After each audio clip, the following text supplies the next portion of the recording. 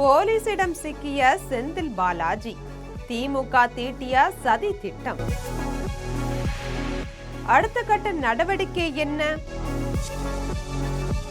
தாவேகா எம்எல்ஏக்களை விலைக்கு வாங்க சதி திட்டம் தீட்டிய செந்தில் பாலாஜி தலைமறைவா உள்ளதால் அவருடைய தலை காவல்துறையினர் கண்ணில் தென்படுமா என்பதை நம் ஜெம் தொலைக்காட்சி மூலம் விரிவா பார்க்கலாம்.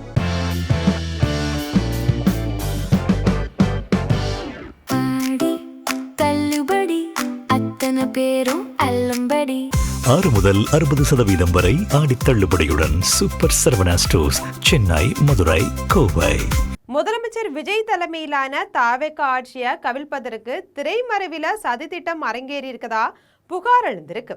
கிருஷ்ணகிரி மாவட்டம் ஊத்தங்கர தொகுதி எம்எல்ஏ டாக்டர் இளையராஜா அளித்த புகார்ல பலர் கைது செய்யப்பட்டிருக்காங்க. இந்த பேரத்தை முன்னாள் அமைச்சர் செந்தில் பாலாஜி, அவருடைய சகோதரர் அசோக்குமார் ஆகியோர் கூறியதன் பேர்ல தான் நடத்தியதா கைதானவங்க கூறியிருக்காங்களாம். இதனால இருவரையும் போலீசார் தீவிரமா தேடி வராங்க. வெளிநாடு தப்புவதை தடுக்க லுக் அவுட் நோட்டீஸ் வழங்கப்பட்டிருக்கு. இன்னைக்கு காலையில 10:30 மணி அளவுல திருவல்லிக்கேணி போலீஸ் நிலையத்துல விசாரணைக்கு ஆஜராகணும் அப்படின்னு நோட்டீஸும் அனுப்பப்பட்டிருக்கு.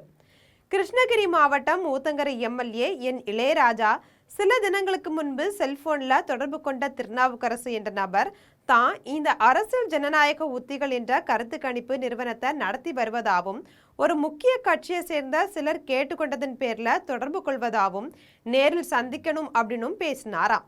ஆனா தான் வேறு பணியில இருப்பதா கூறி இளையராஜா தொடர்பை துண்டித்தாராம்.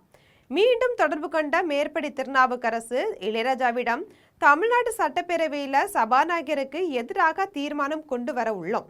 ஆளுங்கட்சி உறுப்பினராய் இருந்தாலும் அந்த தீர்மானத்தின் மீதான வாக்கெடுப்பின் போது தாங்கள் நடந்து கொள்ள வேண்டும். அதற்கு சன்மானமா 35 கோடி வரை தருவதாகவும் ஆசை வார்த்தை காட்டினாராம். இதனால் அதிர்ச்சியடைந்த இளையராஜா, எனக்கு விருப்பமில்லை, இனிமேல் என்னிடம் பேசாதீர்கள் அப்படின்னு கண்டிப்புடன் கூறிய போதுதான் பேசியது குறித்து வெளியே தெரிவித்தா இளையராஜாவும் அவருடைய குடும்பத்தினரும் பின்விளைவுகளை சந்திக்க நேரிடும் அப்படின்னு திருநாவுக்கரசு மிரட்டினாராம். இதனால தாவேகா எம்எல்ஏ என் இளையராஜா கடந்த ஜூன் 29 சென்னை பெருநகர காவல் ஆணையரிடம் அளித்த புகார்ல மக்களால் தேர்ந்தெடுக்கப்பட்ட பொது ஊழியரான தன்னிடம் தனது மக்கள் பணியை செய்யக்கூடாது என்பதற்காகவும் தனது பேச்சுக்கு உடன்பட லஞ்சம் தர முயற்சித்ததோடு தனக்கும் தன்னுடைய குடும்பத்தினருக்கும் அச்சுறுத்தல் விடுக்கும் திருநாவுக்கரசு மற்றும் அவருக்கு பின்புலமாக செயல்படும் நபர்கள் மீது சட்டப்படி நடவடிக்கை எடுக்க கோரியிருந்தாராம். அந்த புகார் மனுவின் அடிப்படையில் தேர்தல் கருத்து கணிப்பு நிறுவனத்தின் நிறுவனர் திருநாவுக்கரசு, முன்னாள் அமைச்சர் செந்தில் பாலாஜியின் ஆதரவாளர்களாக கருதப்படும் சென்னை மேடவாக்கத்தை சேர்ந்த தியாகராஜன், பெசன்ட் நகரை சேர்ந்த நரேஷ், கரூரை சேர்ந்த திமுக பிரமுகர்களான ரமேஷ், கார்த்தி, சென்னை பள்ளிக்கரணை பகுதியை சேர்ந்த செல்வன், மணப்பாக்கத்தை சேர்ந்த அதிமுக பிரமுகர் சீனிவாசன், அஸ்தினாபுரம் ஏரிக்கரை தெருவை சேர்ந்த ராஜேஷ் ஆகிய 8 பேரை தனிப்பட போலீசார் அடுத்தடுத்து கைது செய்திருக்காங்க. கைதானவர்கள் அளித்த வாக்குமூலத்துல தாவேகா எம்எல்ஏக்களை விலைக்கு வாங்க 180 கோடி சதி திட்டம் தீட்டப்பட்டது அப்படின்னு கூறினாராம்.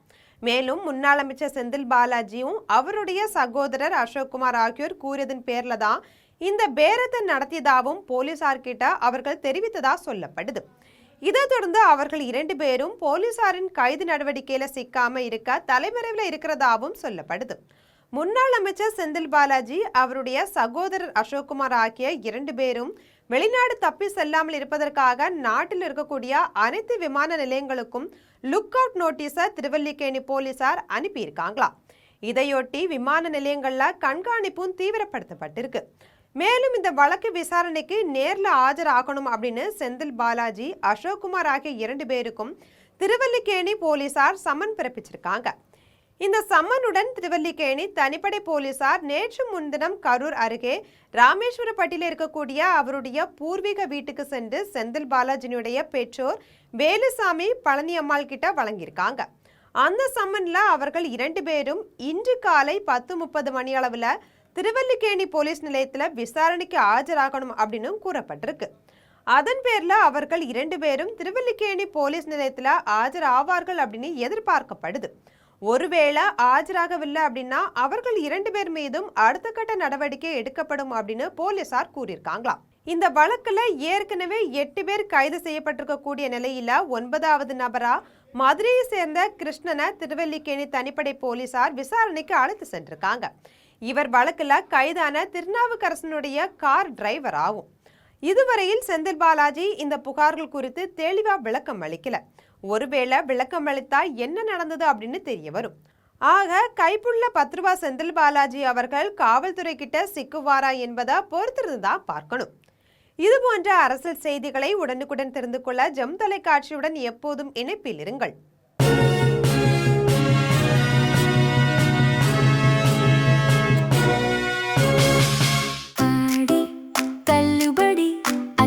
பேரும் அல்லம்படி 6 முதல் 60% வரை ஆடி தள்ளுபடியுடன் சூப்பர் சரவணா ஸ்டோர்ஸ், சென்னை, மதுரை, கோவை.